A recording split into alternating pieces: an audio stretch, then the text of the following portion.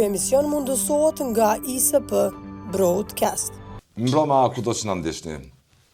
Po vjojmë emisionet me garues të partive politike, cilët po kërkojnë vote natyrisht për legjislaturën e 11 sonte kanë ftuar njërin prej ekonomistëve të shuar, të dalluar të Lidhjes Demokratike të Kosovës, Alban Zogaj. Zogaj, faleminderit për kohën. Faleminderit shumë, kënaqësi.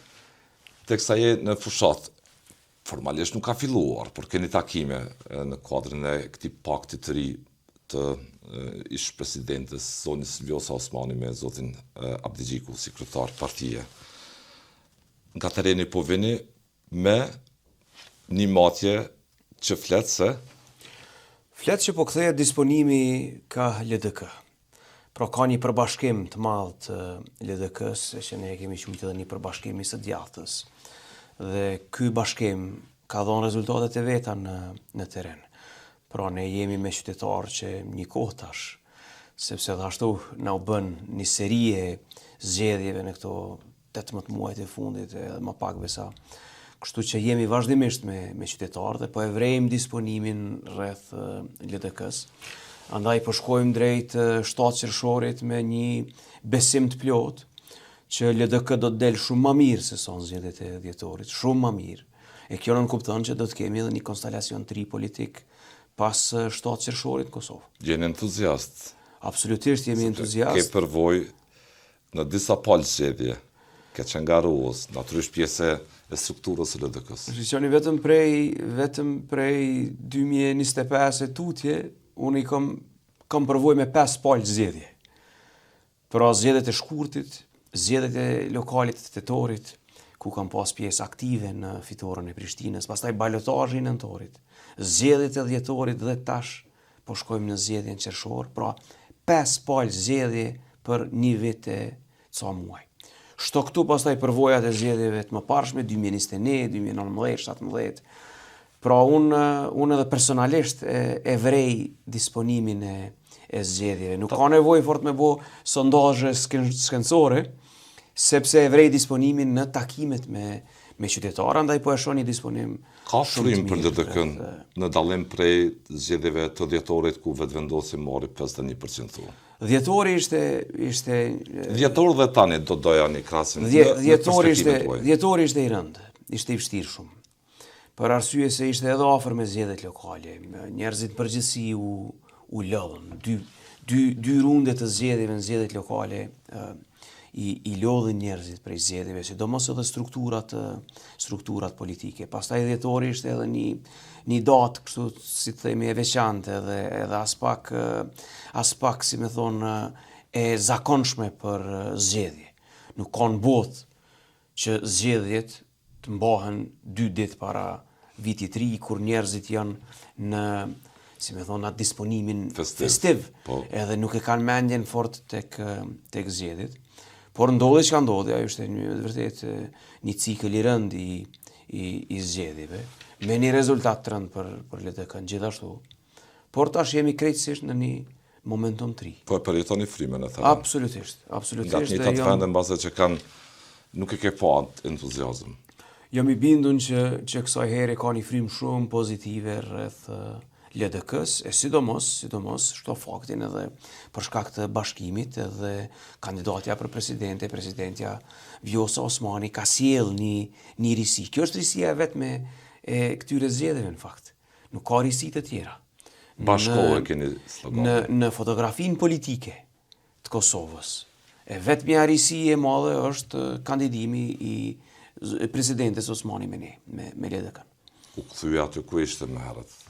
U kthye në shtëpinë e saj, ashtu po e themi, ashtu po e thotë edhe ajo në vazhdimsi, pra ka një rikthim në shtëpinë e saj politike. Ka rrugtu për disa vite jashtë LDK-s. Absolutisht, atëherë ka pas një lëvizje të elektoratit LDK-s, jo të vogël, por ai elektorat tani po kthehet prapa në shtëpinë e tij dhe ky është një lajm i madh. Zogaj, ju jeni ekonomist. Në perspektivën tuaj, teksa vjen studio, cilën Cilin ekzaminim do t'ja bëje ekonomisë? Ku qëndron sot Kosova ekonomikisht? Unë mund të them të deficitit, të inflacionit, të asaj që bëjmë jetën objektivisht nga mëngjesi në darkë. Mund të them që vendi është në krizë ekonomike. Sepse krizën ekonomike ka sjellë edhe kriza politike. E këto dyja shkojnë zakonisht paralel. Kur vendi ka një krizë politike dhe një ngërç politik, e ne kishim një ngërç politik në krejt vitin 2025, ku munguan investimet kapitale prej shtetit, e ato pastaj u përcollën edhe me mungesë të investimeve private nga sektori privat, dhe viti 2025 ishte viti humbur për Kosovën. E kemi humbur një vit të plot.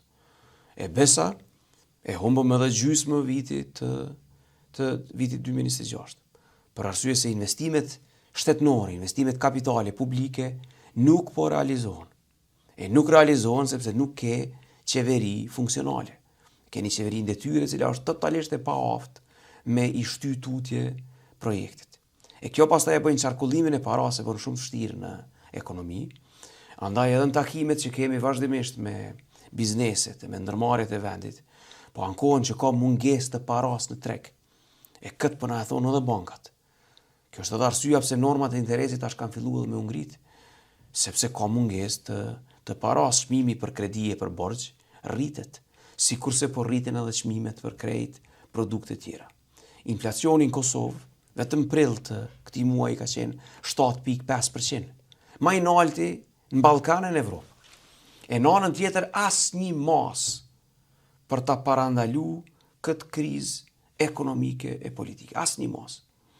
Ne si LDK në legjislaturën e kaluame shkuam atje me një propozim në mënyrë që ta zbusim inflacionin e lartë në Kosovë. Dhe propozimi ishte që tulim të vëshën në naftë dhe në energji e besa dhe aksizën, në mënyrë që qytetarët e Kosovës ta përballojnë këtë ngritje të madhe të çmimeve. U refuzua një qasjet e tillë dhe propozimi ynë veç pse është propozim i LDK-s, pa asnjë argumentim tjetër. Pra ajo që po e them është që ekonomia është në krizë, kurse në anën tjetër e kemi një qeveri e cila është spektatore ndaj kësaj krize. Kjo spektatore nuk po bën asgjë. Absolutisht spektatore. Nuk po ndërhyjnë fare. Nuk ndërhyjnë fare.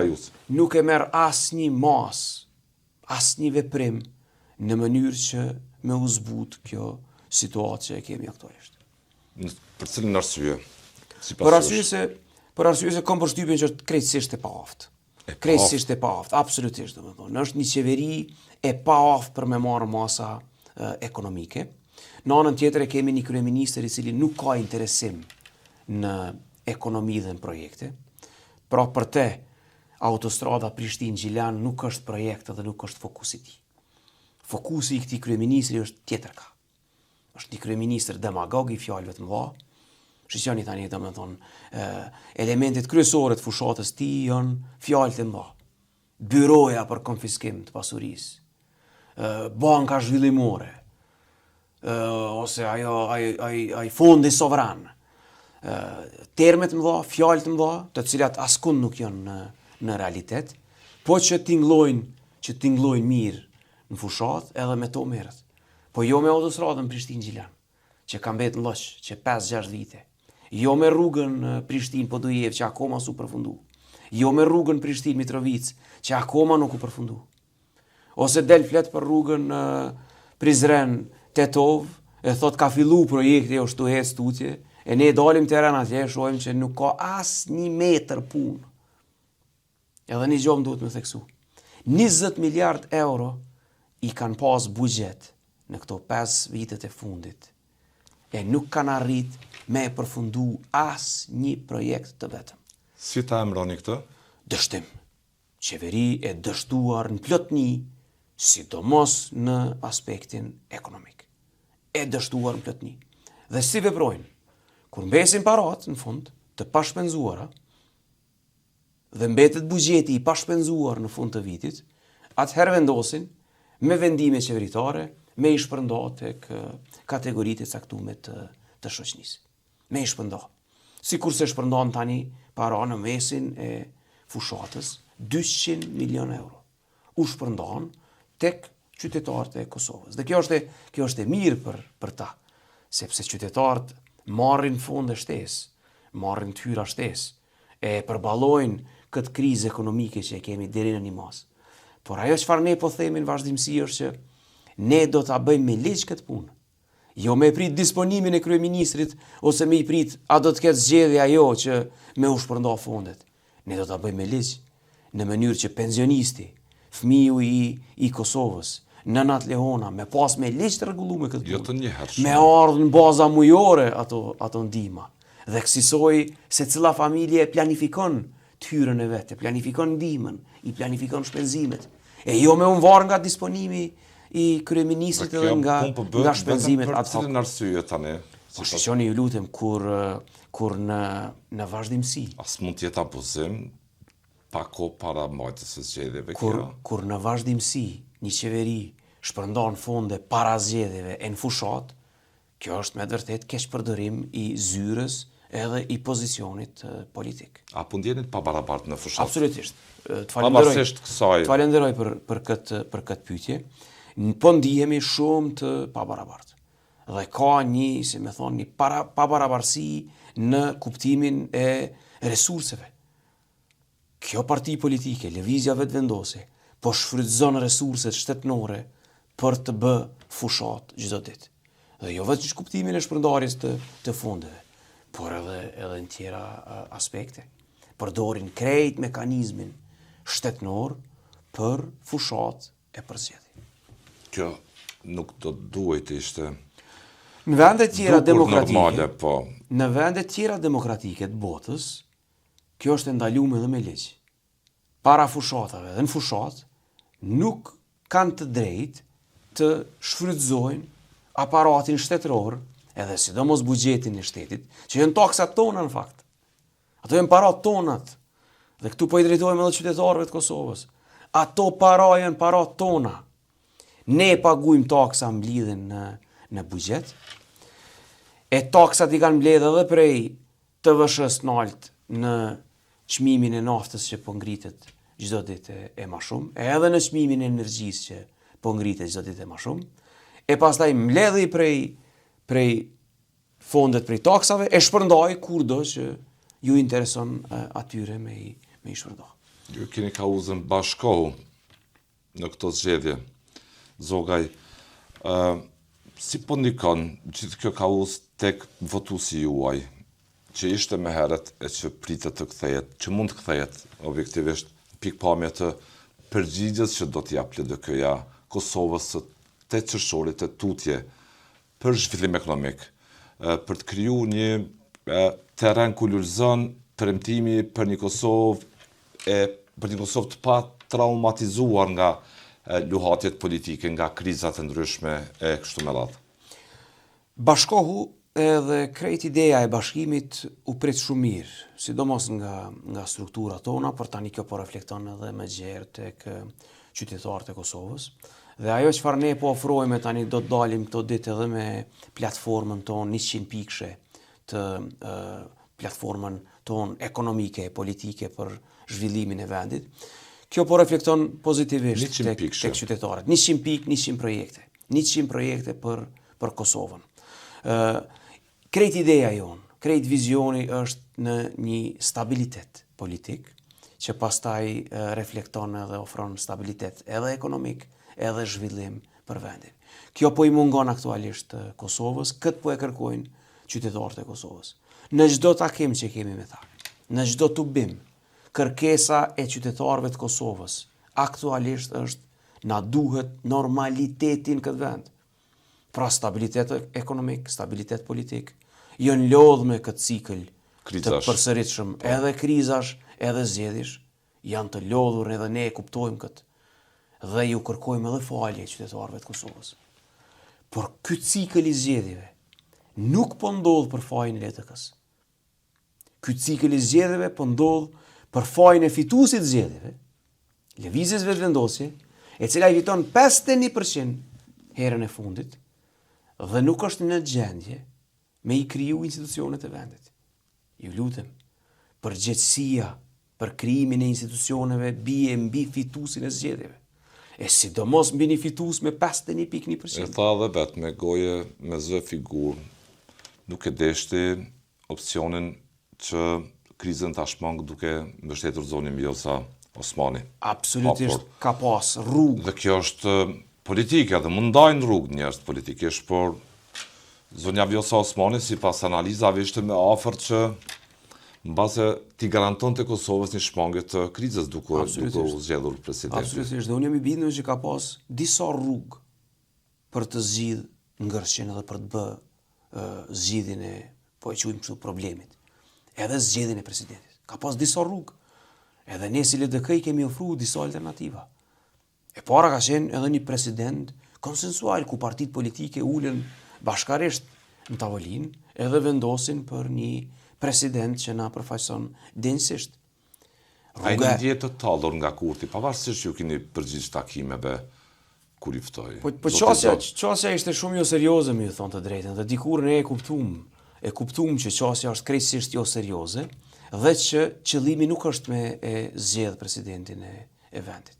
Ne e kuptuam dikur që qëllimi ka qenë Kurti me i marrë gjitha pozicionet politike në shtet. Pra, një parti, një individ, me i udhëheq krejt pozicionet politike. Dhe sot po e kërkon atë politike. 60%. Dhe këtë po e kërkon edhe tash.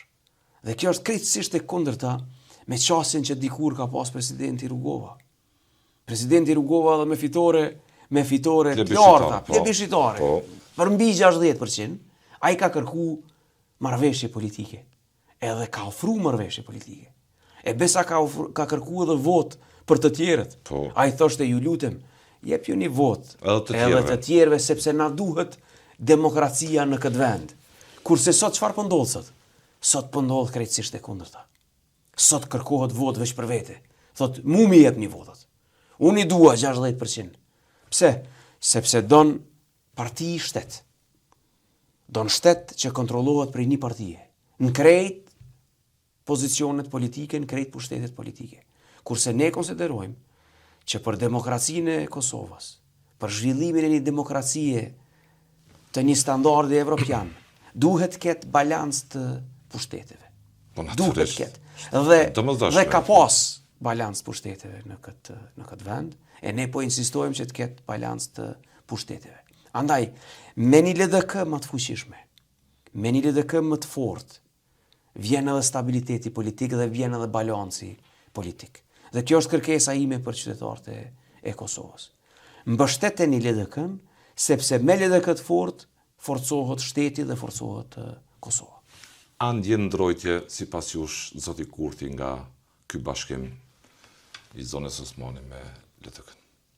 Po zoti Kurti, sikurse edhe ne i sheh sondazhet, ka qasjen to, e sheh disponimin e qytetarëve dhe e sheh që pas 7 qershorit do të ketë një rezultat të ri politik në vend dhe normalisht pastaj edhe një konstelacion të ri politik. Por jemi shumë të hapur, sikurse kemi qenë edhe pas zgjedhjeve të dhjetorit. Dhe qasja është konstruktive që pas zgjedhjeve të qershorit të shohim rezultatin politik fillimisht. Rezultati politik është shumë i rëndësishëm, sepse rezultati politik që vjen prej besimit të popullit na e cakton edhe vendin në tavolinën politike. Në podiumin e politikë. Në podiumin politike dhe në tavolinën politike. Andaj, unë gjithmonë insistoj ta presim një rezultatin politik, e pastaj varësisht nga rezultati politik, tulemi dhe të bëjmë marrëveshje politike në këtë vend. Votuesit edhe ju kërkojnë, mbase që mos shkoni me zotin Kurti, sepse po ndjen dhe votuesit tuaj mbase të tallur, të zhvlerësuar. Po, shqyqoni, unë besoj shumë që qytetari i Kosovës më në fund e ka pa kush është bllokuesi i proceseve. Ju lutem, qofse një parti politike me 51.1% nuk arrin me bo paradoksi llojit edhe me i kriju institucionet, atëherë çfarë kërkon më shumë? Çfarë kërkon më shumë demokraci se 51.1%? Ne po t'i kishim mandatet e lëvizjes vetëvendosje, e po t'i kishim ne 57 mandate sikurse i ka sot lëvizja vetëvendosje, sot Ridvan ne do të flisnim për projekte e për zhvillim vendit, jo për zgjedhje të reja. Këtë them me garanci të plot. Sepse kemi qasje pozitive. Ne do të kishim bë marrëveshje politike. I ki 51.1%. Si ka ndodhur rëndom në historikën politike. Si ka ndodhur gjithmonë, ju lutem. Ne kemi zgjedhur president këtë vend, nuk po zgjedhim presidentin e parë. Ka ndodhur në vende më demokratike që kanë traditë parlamentare të gjatë. Presidenti Rugova gjithmonë e ka dhënë pozicionin e udhëheqjes qeverisjes për arsye se ka dashur marrëveshje politike. Sakt. Edhe ka dashur demokracinë këtë vend. Sepse 80 vota nuk arrihen ndryshe pa marrëveshje politike. Ka qenë e vetëdijshëm ish presidenti Ilir Rugova për nevojën që veni të konsolidohet pikpamjet një demokracie, të etablohet, megjithëse vështirë, po të nisë vullnetshëm edhe pa lëkundur të etablohet demokracia. Dhe ne i kemi pa rezultatet e kësaj qasje, konstruktive, demokratike. I kemi pa rezultatet. U shpat pavarësia, është zhvillu Kosova deri sot. Dhe është krejtësisht e pa drejtë dhe e pa sinqert me thonë që nuk është bërë asgjë në këtë vend. Në 20 Kosovën, vite thotë e gjeta në podrum e të mbushur me ujë. Kjo është edhe ofendim për qytetarët e këtij vendi. Edhe për njerëz që kanë thonë shumë që ky vend më u zhvillu deri këtu. Ka pas gabime, ju lutem. E pranojmë që ka pas gabime në të kaluarën. Në udhëheqje është bë. Absolutisht. Është bë gabim, ka pas gabime. Absolutisht. Po jo në politikën edhe mund gaboni. Por me e mohu. Për gabime merr kostën me vota, po. Eksakt. E pagun faturën. Po. Por me e mohu zhvillimin e këtij vendi në 20 vitet e pasçlirimit vendit është e padrejtë, e besa edhe dume e quajtë edhe tërësisht e pasinqert. Në rast tjetër edhe mundemi edhe në i term tjetër. Ofendon basë njerëzit. Ofenduse, linquese. Njerëz që kanë jetuar realitetin e madh të pas luftës, Kosova në ngërmadha dhe Kosova e 99-s në ngërmadha, e shkatruar nga lufta dhe Kosova 2021 kur i mori Kurti. Është bë shumë për me ndërtu këtë vend. Është bë shumë e para dhe me çliru, pra ky popull ka dhënë shumë. Po, absolutisht. Ka dhënë shumë për me çliru e para vendin. E pastaj edhe me ndërtu pas çlirimit deri sot. Shikoni çfarë po ndodh sot Ridvan edhe në kuptimin ekonomik. Ne jemi duke u largu ekonomikisht prej vendeve të Ballkanit edhe fqinjve tonë. Ishim më afër Shqipërisë në kuptimin e GDP-s per capita para 5-6 viteve, sot jemi më larg. Ishim më afër Maqedonisë në kuptim të GDP-s per capita para 5-6 viteve, sot jemi më larg. Pra po krijohet një hendek në mes nesh dhe fqinjve tonë, sepse ata po ecin më shpejt drejt Evropës, në çdo kuptim, edhe në kuptimin ekonomik, edhe në kuptimin politik. Në vitin 2030, ne besojmë që do të jemi të rrethuar me vende të Bashkimit Evropian, duke përfshirë edhe Shqipërinë tonë, e duke përfshirë edhe Malin e Zi, kurse ne do të mbesim të izoluar. Ende Kosova për kërkesën që ka bërë për statusin e vendit kandidat për antarësim. Dhe do të mbesim të izoluar për shkak të kësaj politike të 5-6 viteve të fundit. Mos harrojmë, ishim nën sanksione. Të Bashkimit Evropian dhe u relativizua te mase. E pabesueshme. Me mbaston dikush 6 vite përpara, 7 vite përpara, që në vitin 2025 Kosova do të jetë nën sanksione të BE-s, unë kisha me reagu, kisha thonë atij njeriu, je i çmendur. Por ky ishte realiteti. Si që është realiteti edhe me pozullimin e dialogut strategjik. Edhe me Shtetet e Bashkuara të Amerikës. Pra shikoni, domethënë marrëdhëniet Kosovë-SBA asnjëherë nuk kanë qenë në nivelet e tilla, të ftofta. Të lëkund kjo zogaj, të lëkund të trazon se çfarë po ndodh me shtetin me shtetin realisht. Ti lëmë anash partit, po. Është e papranueshme. E vetmja urë lidhse e Kosovës me partnerin ton strategjik, SBA, ishte presidenti Osmani. Dhe kjo urë lidhse e cila ishte aty dhe funksiononte shumë mirë, po tentohet të rënohet. E nuk do të lejojmë ne me u rënu urat e bashkëpunimit me SBA dhe nuk e lejon ky popull me u rënu urat e bashkëpunimit me Amerikan. Jemi të bindur.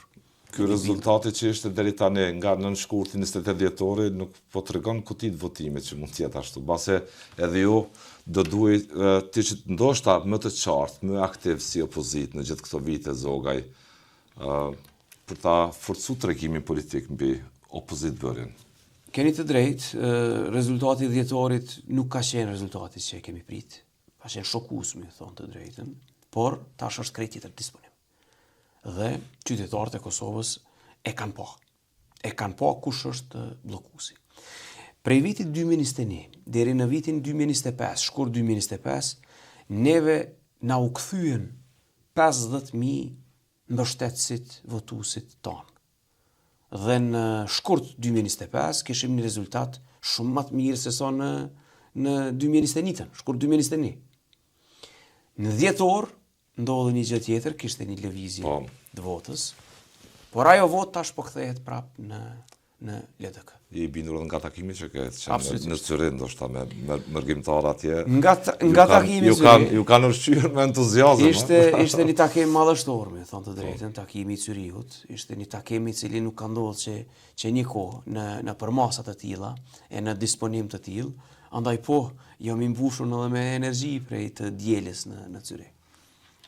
Si do ta sfidoj zotin Kurti dhe nëse më tapë me homologun, nuk i keni homolog, ministrin e financa, po nga një njëjti branch nga ekonomia, pas ju keni shkollë më shumë se saj, si do ta sfidoni zotin Morati? Asnjë projekt në 5-6 vite prej fillimit deri në fund Ridvan. Sfida jonë për ta është absolutisht. Ne i ftojmë publikisht, edhe në debat publik e ftoj. Hajdeni na tregoni cili është një projekt që e keni fillu edhe e keni mbaru. Asnjë projekt nuk jo në gjendje me dalë edhe me paraqit publikisht. Dhe kjo është e tmerrshme me të vërtetë në kuptim ekonomik. Shiqoni, janë ndërtu autostrada, janë ndërtu rrugë, janë ndërtu shkolla, janë ndërtu spitale në këtë Kosovën tonë të pas luftës. Kurse për 5-6 vitet e fundit ne nuk e kemi asnjë shenjë në ekonominë e Kosovës. Kurse blejmë energji elektrike, 1 miliard, mbi 1 miliard euro, në 5 vitet e fundit kemi ble energji elektrike prej të tjerëve, edhe prej Serbisë. Në një proces të dyshuar. Mbi 1 miliard euro. Me këto para ne kishim ndërtu një termocentral, ose centralin me gaz, për të cilin po insistojmë cili të kë. Dhe i premtojmë qytetarëve të Kosovës. Puna e parë që do të fillojmë në mandatin tonë qeverisës është ndërtimi i centralit me gaz amerikan. 500 megawatt, 500 milion euro kushton. Do të ndërtojmë brenda mandatit tonë të parë, sepse Kosova ka nevojë për energji. Ne po blejmë energji nga jashtë. Pse mos prodhojmë? Nga Serbia po blejmë, edhe nga shtete tjera. Po natyrisht. Por kryesisht edhe nga Serbia. Pse mos ta ndërtojmë termocentralin tonë e ta kemi energjinë të prodhuar në vendin tonë? Pavarësia energjetike është interes kombëtar. Gazi amerikan vjen prej Selanikut, e në Shkup, është në Shkup tani. Po, infrastruktura. Duhet me ardhur prej Shkupit nëpërmes Hanit e Lezit e deri në Kaçanike afër Ferizajit. Të qartë u bën një. Dhe centrali me gaz amerikan do të ndërtohet afër Ferizajit, sepse do të vjen prej Shkupit përmes Hanit e Lezit, edhe do ta ndërtojmë. 500 megawatt, 500 milion euro mrena një mandati. Këtu kemi mbështetje edhe amerikane, edhe na e kanë thënë. Do t'ju mbështesim e do t'ju ndihmojmë. Por kjo qeveri e refuzoi. E refuzoi idenë e MCC-s për ndërtimin e centralit me gaz. Ne do ta përqafojmë atë ide më një herë, edhe do ta ndërtojmë. Përveç termocentralit me gaz, ekonomia ka nevojë edhe për projekte tjera.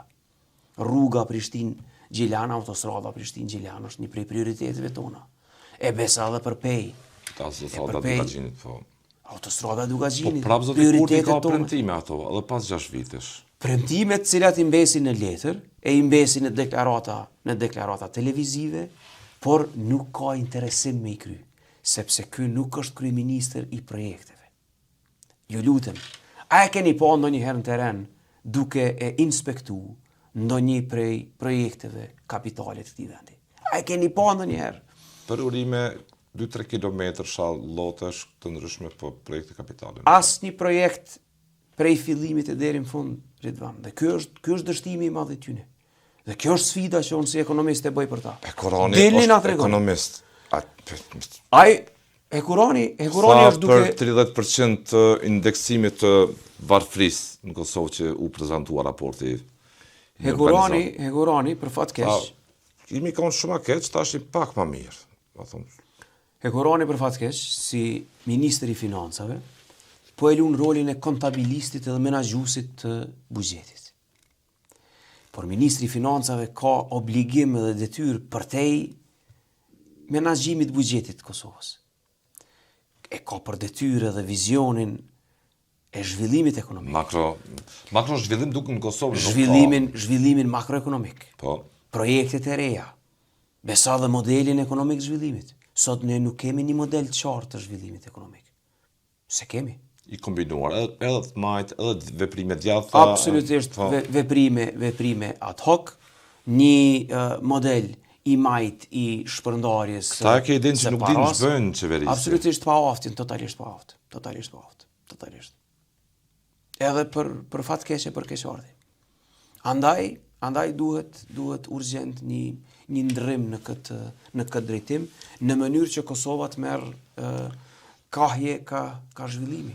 Për cilën arsye tjetër të madhe, zoti Kurti duhet të mbetet në opozicië sipas jush? Edhe për shkak të prishjes së marrëdhënieve me krejt partnerët tonë strategjik. Ky është një dështim i madh që ka ndodhur në politikën e jashtme, absolutisht. Marrëdhënie më të ftohta e më të ngrira me partnerët tonë strategjik ne nuk kemi pas në asnjë periudhë kohore të pasqlirimit në Kosovë. Nën sanksione me shtetet e BE-s, të Bashkimit Evropian, e Gjermanisë, të shteteve mike, shteteve kyçe mike, por gjithashtu edhe nën sanksione, veç me një emër tjetër, prej Amerikës, prej partnerit ton strategjik. Ne duhet me do e mos me ndrru këtë qasje dhe me pas një tjetër komunikim e një tjetër partneritet me miqtë tonë. Kjo është arsyeja madhe sa i përket dimensionit të marrëdhënieve ndërkombëtare të raporteve të Kosovës me miqtë. Po për mbrana, zoti Zoga, ne kemi pa një sulm sistematik që ka bërë qeveria ndaj sistemit drejtësisë. Sa është më rëndësi për LDK-n sistemi drejtësisë? Absolutisht. Funksionin e tij si pushteti i pavarur. Shumë më rëndësi. A e dini në çfarë situate sot është shteti ynë? Shteti ynë sot udhhiqet në krejt pozicionet kyçe të saj me ushtrues të detyrës. Dhe kjo është një paradoks i jashtëzakonshëm. Ushtrues detyre kemi në pozicionin e presidentit. Ushtrues detyre kemi në pozicionin e kryeministrit.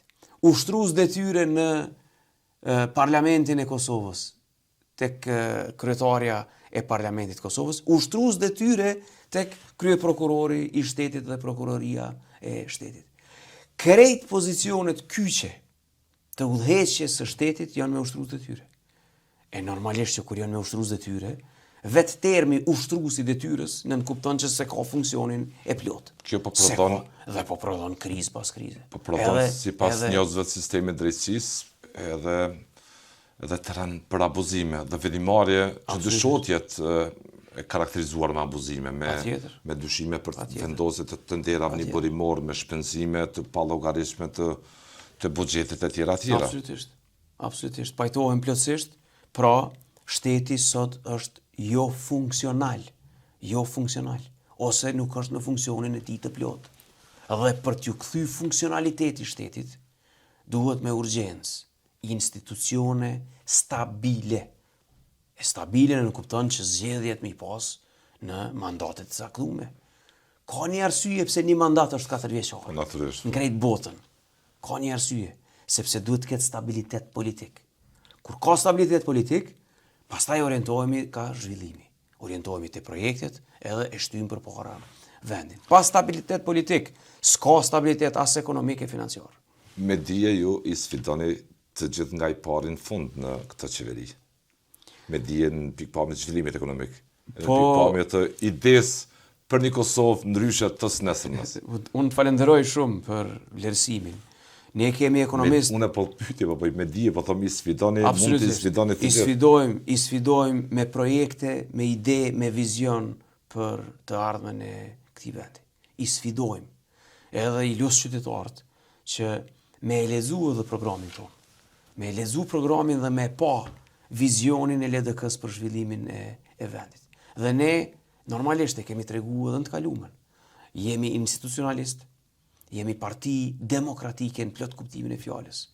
Jemi parti që i çmojmë institucionet, që kërkojmë stabilitet institucional dhe që e kemi vizionin për zhvillim ekonomik. Neve na duhet një kryeministër si zoti Lumir Abdigjiku, i cili do të jetë në teren tek projektet, çdo ditë, me ministrat e tij në teren. E jo një demagog që ka fjalë të mëdha e që se ka asnjë vepër. Një vepër, ju lutem, një vepër. Me thonë që kjo është shenja ime që e kom lënë për Kosovën në këto 5 vite mandat. Kjo rruga, ky projekta, ky termocentrala, ky spitala, asnjë projekt. 200 qerdhe i kanë premtu, është qesharake ajo që ka shihet në teren, është qesharake. Shqiqoni, ne po e premtojmë spitalin e madh të Kosovës. Duhet ta rënojmë ÇKUK-n që është aktualisht, sepse është ndërtuar në vitet e 60-ta dhe është ndërtuar me sistem sovjetik. E duhet ta bëjmë një spital të madh të Kosovës, ku qytetarët e Kosovës kanë çështjen shëndetësi e nuk dalin nëpër vendet rajonit e të botës me ushëru. 100 e kusur milion euro në vit na dalin nga Kosova vetëm për shërim jashtë vendit. Njerëzit nuk kanë para për të blerë dhe barnat. Nga ajo listë esenciale që mungojnë sot, tasën për hemodializë, për smurët me kancer. Këtij vendi i duhet një shëndetësi serioze. E kur them serioze është e nivelit e standardit evropian, sepse mundemi, kemi mundësinë. Ne do të ndërtojmë spitalin e madh të Kosovës. Dhe pastaj do të angazhohemi fuqishëm në arsim. Është një prej shtyllave kyçe të zhvillimit shoqënisë. Nuk mundemi me jetë tutje pa arsim cilësor, kurse sot jemi në nivelet më të ulta të arsimit. Sipas testit PISA, që është test evropian standard e botënorëve, ne jemi 3-4 vite mbrapa Evropës. Ka situatë shumë kritike Kosova në këtë aspekt. Një fëmijë i klasës së 3 shkollës fillore ka njohuri 5 vite mbrapa me një fëmijë të standardit evropian që e merr shkollimin evropian. 5 vite mbrapa është. E çush dojmë ne me konkuru pastaj me Evropë, me botë. Çush dojmë me zhvillu këtë vend. Andaj edhe arsimi do të jetë një prej prioriteteve tona dhe mësimi tërditor. Sa më shumë që fëmijët tanë qëndrojnë në shkollë, ata do të marrin më shumë dije. Dhe gjithashtu edhe do të kenë edhe shëndet më të, si me thonë, më stabil. Sepse do t'i ushqejmë atje në shkolla me shujtat, me ushqim të ngrohtë e të mirë, edhe do të marrin dije. Dhe gjithashtu i lirojnë prindrit. Edhe të mos kenë çantat me pesha të rënda. Edhe s'ka nevojë me i bardh. S'ka nevojë me i bardh çantat, sepse do të qëndrojnë në shkollë prej 8 deri në 4. E kur kthehen prej shkollës, do të merren me pjesë jashtëkurrikulare, me jetën e tyre, me aktivitete sportive, e me jetën e tyre. Dhe kjo pastaj i liron edhe prindrit, Ridvan. Natyrisht. Që të jenë të fokusuar në punë. Edhe nënat që të marrin pjesë në tregun e punës. Po natyrisht. Po të dëgjoj ndonjë aktivisti vetvendosës në base, siç është bërë zakon, të lëshojnë mendjen e duar gjithkush për gjithçka, mund të thotë Alban Zoga jo, po Alban Serbia. Keni dëgjuar atë? E tmerrshme kjo, e tmerrshme. Çfarë tregon ky lloj polarizimi? E tmerrshme kjo, e tmerrshme, ju lutem. Çka po fshihet në shtëpi sipas jush? Kjo nëse flet për gjendje të rëndë të zënd socioekonomike, zhvillimor, nuk po flet që Kosovës zoti Kurti nuk mund t'i tregoj asnjë vepër, as të vogël as të madhe që ka pa në gjithë këto 6 vite dhe apo e kompenzon mungesën e rezultateve me këtë gjuhë të polarizimit sipas jush? Ka gjuhë të tmerrshme përqarse, si asnjëherë më përpara. Edhe shoqënia e popullit ynë është i përqarë aktualisht. Kjo nuk na duhet, ju lutem. Dhe për këtë arsye ne edhe kemi shku me slogan bashkohu. Të bashkohemi të gjithë bashkë dhe ky bashkim nuk është bashkohu veç brenda LDK-s, po edhe rreth LDK-s. Bashkohuni rreth nesh, të bëhemi bashkë e ta zhvillojmë këtë vend. Ta lojmë përqarjen. Çush është e mundur kështu me këto thirrje?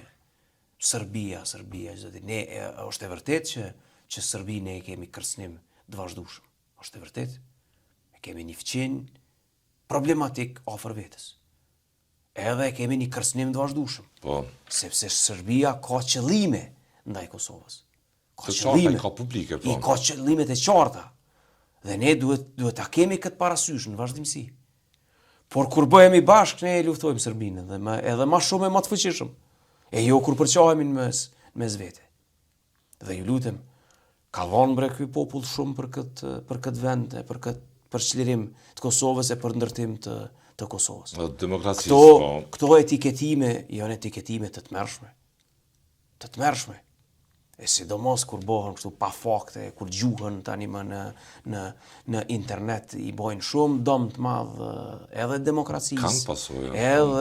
Edhe krejt zhvillimit të vendit. Te qëshori me LDK-n dhe të tjerët do të frymoj? Do të frymoj pozitivisht, ne po e shohim një pozitivitet të madh rreth LDK-s. LDK do të ketë një rezultat shumë më të mirë se sa në zgjedhjet e dhjetorit, e kjo nënkupton një LDK më e fuqishme, dhe pastaj nënkupton edhe një konstelacion krejtësisht tjetër politik pas qershorit. Por, edhe një gjë do më thoni tonë, edhe këto kërcënimet për zgjedhje treja, janë kërcënime shumë problematike. Këto janë kërcënime ndaj popullit të Kosovës, edhe ndaj partive politike. Pse ka nevojë për një shantazh të tillë, lutem? Pse ka nevojë ne e para me paragjyku rezultatin, dhe e dyta pastaj me i paragjyku ngjarjet politike që vijnë pas rezultatit. Ne po shkojmë zgjedhje. E dim se po shkojmë zgjedhje. Po shkojmë zgjedhje sepse ishe i paaft me zgjedh presidentin, edhe me bë marrëveshje politike, dhe me kriju partner. Tani, me qenë se po shkojmë zgjedhje, e i kemi zgjedhje as 2 javë para vetës, ta presim rezultatin politik, ta presim të shohim cili është besimi i qytetarëve të Kosovës ndaj partive politike, dhe pastaj me atë rezultat duhet të bëjmë marrëveshje politike. Por një leksion do duhet ta kishit marrë, besoj, zoti Zogaj. Një leksion deri tash, edhe nga orvatja për partneritet me zotin Kurti, edhe në mënyrën siç e keni cilësuar se ai është përpjekur të ju zhvleftësoj politikisht.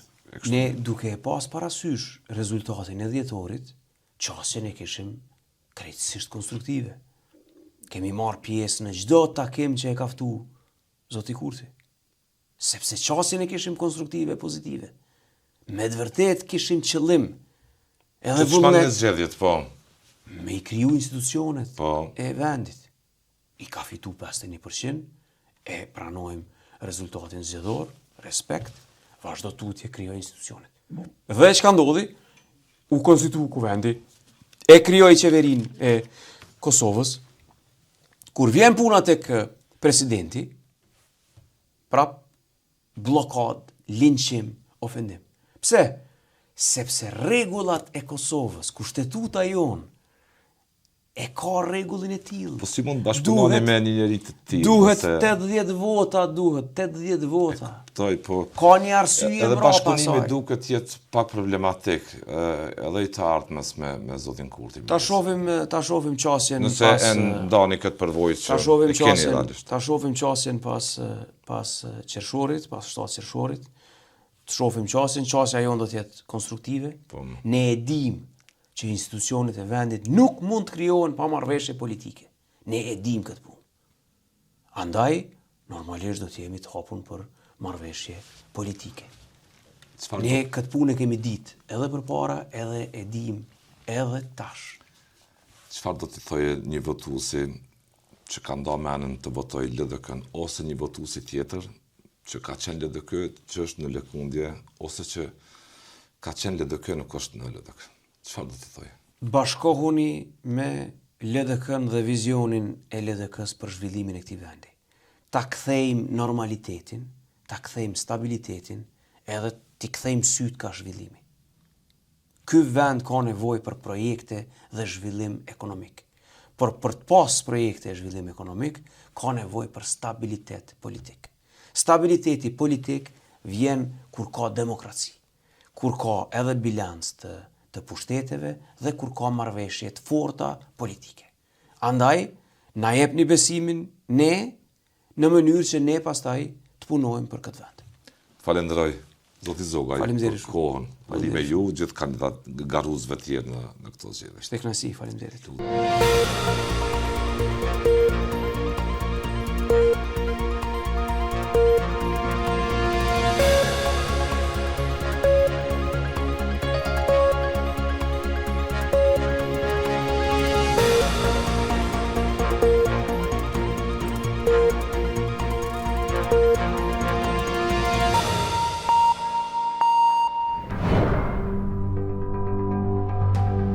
Ky emision mundësohet nga ISP Broadcast.